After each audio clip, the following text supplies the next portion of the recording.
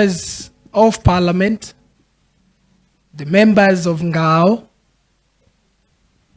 members of the County Assembly, distinguished teachers, custodians of morality, the guides of the consciousness and aspirations of the community of Malaba. Mulembe, Mulembe Lundi, Mulembe Te, Mulembe Swa.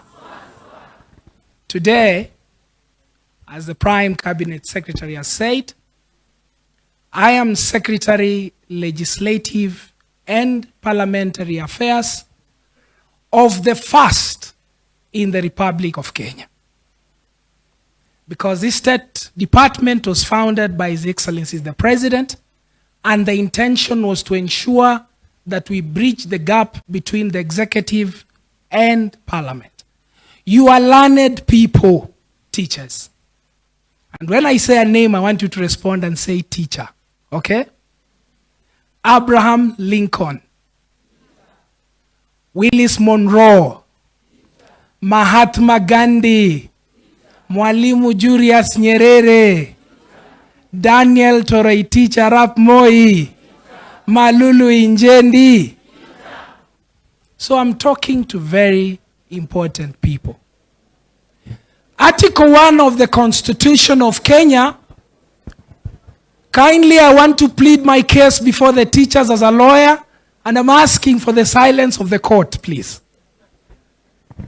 Article 1 of the Constitution of Kenya says that sovereignty of the Republic belongs to the people. Is that okay? Is that correct? And it says that that sovereignty shall only be exercised in accordance to the same Constitution. Is that true? It goes down under Article 1.3 and says that that sovereignty, that power, is delegated to 3 authorities. And Will Brother, you said you've read this Constitution and you know it. The Constitution says that power shall be delegated to 3 authorities. Number 1 is the presidency. Number 2 is the judiciary. And number 3, and most important, why we are here, is Parliament. Distinguished teachers, since the time of multi-party in Western Kenya, we fought hard until the time of the demise of Masinde Muliro, 202 is it? Then you came to Michael Wamalwa. Then in 2016 you lost Shitanda. What I'm trying to say, can we get over the hangover of the opposition? In the 2010 jurisdiction, in the 2010 constitutional democracy, you had the PS say that education has the biggest budget of 702 billion. Where was it done? In Parliament. Is that not so? I am pleading with the people of Malava that the times we are in, it's important. And let us not continue with this whole thing of thinking siasa ni kama game ya Arsenal na Man U. Politics, like my sister Lucy said, is about your education. Politics is about shaping the future of our children. Politics is about and will decide what kind of livelihood and the dignity we have as a people from Western Kenya.